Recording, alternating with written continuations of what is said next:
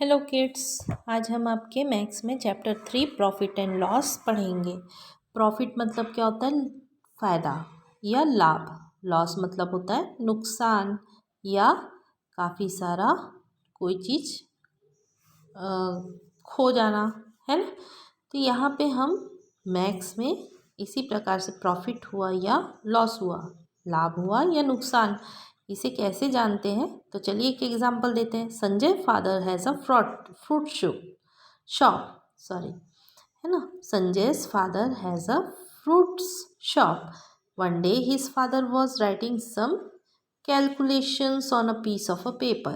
Sanjay was watching it. The calculation were as shown below. अब संजय के पापा की फल की दुकान है। संजय के पापा एक दिन एक पेपर में कुछ खरीद रहे थे, लिख रहे थे, सॉरी, है ना। तो क्या चीज़ लिख रहे थे? संजय उसे देख रहा था। क्या लिखा था? आइटम्स लिखे हुए थे। उनके फ्रूट्स कौन कौन से लेते हैं वो? एप्पल, बनाना, ग्रेप्स, ऑरेंज। तो उन्होंने ख़रीदा कितने में?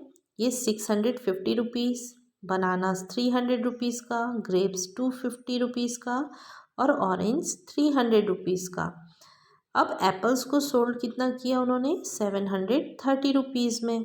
बनानास को सोल्ड किया 380 रुपीज़ में। ग्रेप्स को सोल्ड किया 200, ऑरेंजेस को 300 का 300 में कर दिया। अब उन्हें प्रॉफिट हुआ या लॉस। अब देखिए, ये सोल्ड है, सोल्ड का प्राइस है तो सेलिंग प्राइस बोलते हैं इसको, और ये क्या होता है? कॉस्ट प्राइस, जितने में हमने खरीदा है। अब जब भी हमें प्रॉफिट हुआ कि लॉस हुआ कैसे पता चलेगा? Selling price into cost price minus कर देते हैं। तो यहाँ पे देखिए 730 को माइनस करेंगे 650, तो आपको क्या होगा? पैसे पता चल जाएंगे, क्योंकि इसमें 650 से ज़्यादा में बेच रहे हैं तो इसमें प्रॉफिट ही हुआ। बनाना को क्या किया? 80 रुपीज़ ज़्यादा में बेचा तो 80 रुपीज़ उनका क्या हो गया? प्रॉफिट हो गया। ग्रेप्स को 250 में बेचा, खरीदा था और 200 में बेच दिया तो इसमें कम हो गया ना, लॉस हो गया उनको 50 रुपीज़ का, है ना। ऑरेंजेस को 300 में खरीदा था और 300 में ही बेच दिया, ना इसमें प्रॉफिट हुआ ना लॉस हुआ। आया समझ में बच्चों? तो चलिए हम कुछ टेक्निकल चीज़ें पढ़ लेते हैं इस लेसन में, ठीक है। अगर बाइंग प्राइस जो होता है, मतलब ये कॉस्ट प्राइस है ना, इसे हम सीपी के नाम से जानेंगे, ठीक है। और ये सेलिंग प्राइस, सोल्ड एट, हमने खरीदा कितने में उसको कॉस्ट प्राइस बोलते हैं, हम जिसमें जितने में बेचा उसको सेलिंग प्राइस बोलते हैं। अगर सेलिंग प्राइस जो है कॉस्ट प्राइस से ज़्यादा होती है तो हमें प्रॉफिट होता है। अगर कॉस्ट प्राइस सेलिंग प्राइस से ज़्यादा हो तो हमें लॉस होता है। अब सीधे से एक फॉर्मूला लिख लेते हैं। अगर सेलिंग प्राइस ज़्यादा है कॉस्ट प्राइस से तो हमें क्या होगा? प्रॉफिट होगा, ठीक है। अगर सेलिंग प्राइस कम है कॉस्ट प्राइस से, सॉरी, सेलिंग प्राइस ज़्यादा है, कॉस्ट प्राइस ज़्यादा है, खरीदी वाला पैसा ज़्यादा लग रहा है सेलिंग प्राइस से, तो हमें क्या होगा? लॉस होगा, ठीक है। क्लियर हो गया? तो यहाँ पे एक टेबल दिया गया है, ठीक है। कॉस्ट प्राइस दी है और सेलिंग प्राइस दी है, ठीक है। तो हमें क्या करना है? सेलिंग प्राइस से कॉस्ट प्राइस को माइनस कर देंगे तो कितना बचेगा? यहाँ पे आप लिखेंगे, ठीक है। इसको इससे माइनस करना है तो आपको पहले ही बता दिया, अगर सेलिंग प्राइस ज़्यादा है और कॉस्ट प्राइस कम है तो हमें प्रॉफिट होगा। तो यहाँ पे आप प्रॉफिट लिखेंगे, आंसर लिखने के बाद यहाँ पे प्रॉफिट लिखेंगे, ठीक है। और कितने अमाउंट का यहाँ पे प्रॉफिट लिखना है और यहाँ पे कितने अमाउंट का प्रॉफिट हुआ उसको लिखना है। अब यहाँ पे देखिए 525 में ख़रीदा और 540 में बेच दिया, तो यहाँ पे भी प्रॉफिट हुआ, है ना। और कितने का प्रॉफिट हुआ तो माइनस करने के बाद आप लिख सकते हो। यहाँ पे 330 में ख़रीदा और 330 में ही बेच दिया, तो ना तो यहाँ पे प्रॉफिट है ना लॉस है, ठीक है। तो यहाँ पे कुछ नहीं आएगा, ठीक है। तो यहाँ पे आप 0 ही आएगा।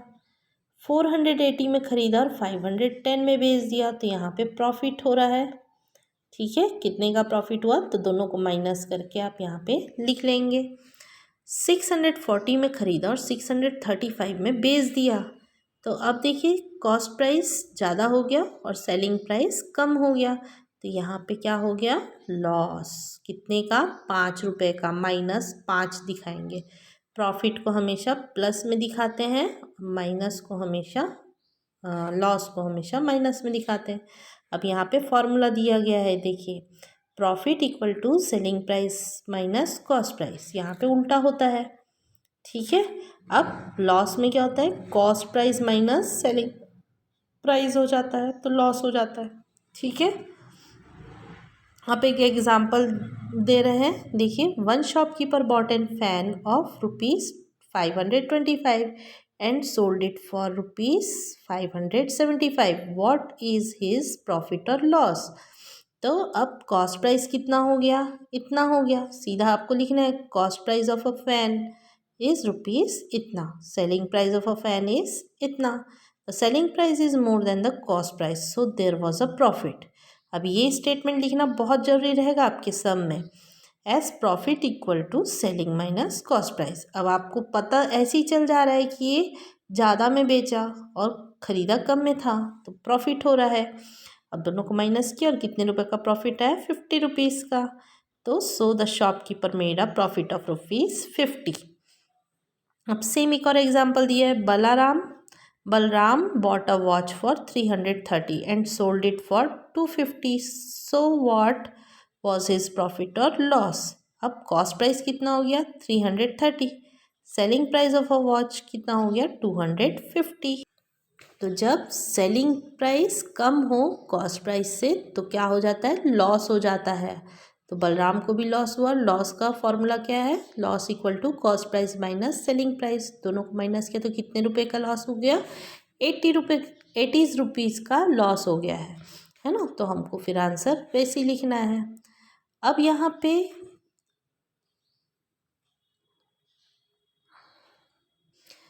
क्वेश्चन थोड़ा घुमा के दिया है, if the cost price of an item is 700 and the shopkeeper made profit of ₹50 on selling it, what would be the selling price. अब क्या बता रहा है, 700 का कॉस्ट प्राइस है, खरीदा वाला पैसा है, और प्रॉफिट कितना हो रहा है उसको, 50। ठीक है, तो आपको क्या बताया गया है, क्या फॉर्मूला है, 50 रुपये के प्रॉफिट मतलब प्रॉफिट, आपको फॉर्मूला पता है ना, profit equal to selling price minus cost price. अब सेलिंग प्राइस प्रॉफिट की तरफ ये इधर आ जाएगा, ठीक है, प्रॉफिट प्लस सीपी। ठीक है, एसपी का कैसे वैल्यू निकालोगे, CP plus profit. Okay, minus वाला इधर जाएगा तो प्लस हो जाएगा। ठीक है, तो दोनों को प्लस करने पे सेलिंग प्राइस निकल आ जाएगी। ठीक है, तो थोड़ा घुमा के दे देता है, जैसे यहाँ लॉस हो गया बोल रहा है, if an item bought of ₹900 on selling it loss of ₹70, तो कितने का सेलिंग प्राइस हो गया, तो लॉस का फॉर्मूला क्या है, loss equal to CP minus SP.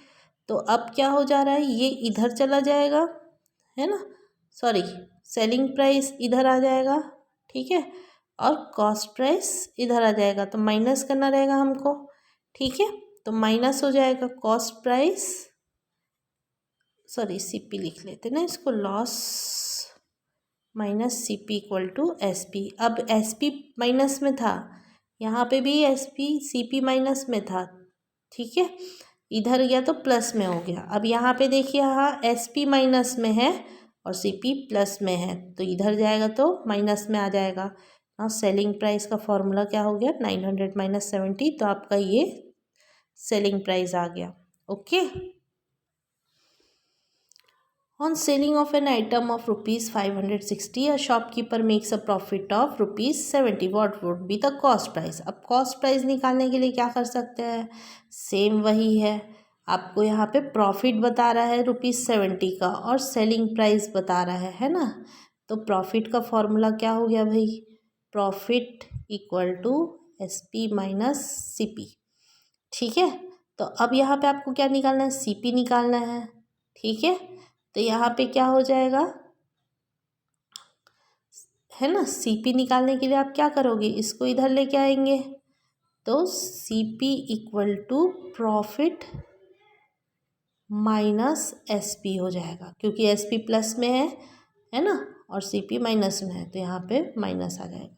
ठीक है, माइनस करने पे आपको कॉस्ट प्राइस निकल आएगा। If the selling price of an item is ₹480, a loss of 56 is incurred, what would be the cost price be. अब लॉस वाले उसमें कैसे करते हैं, लॉस का क्या है formula, loss equal to CP minus SP, है ना।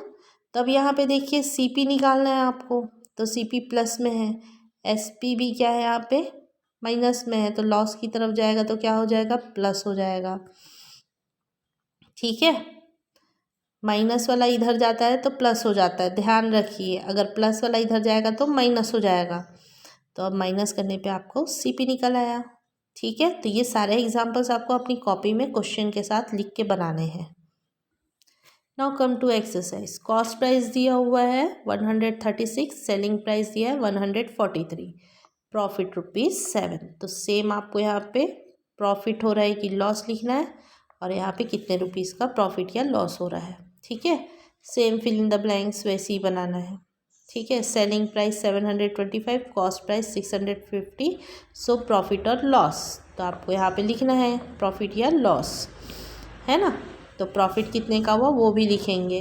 ओके, तो कॉस्ट प्राइस यहाँ पे दिया है 980, लॉस दिया है 250, so the selling price is, सीधा फॉर्मूला लगाए और बनाए, कॉपी में विथ पूरे चीज़ों को बना लेंगे, है ना। तो सेम ये चीज़ों को भी आपको खुद से बनाने की कोशिश करनी है, अगर नहीं समझ में आए तो फिर आप पूछ सकते हैं। ठीक है, लेकिन आपको ये पूरा वर्क कंप्लीट करना है। ठीक है।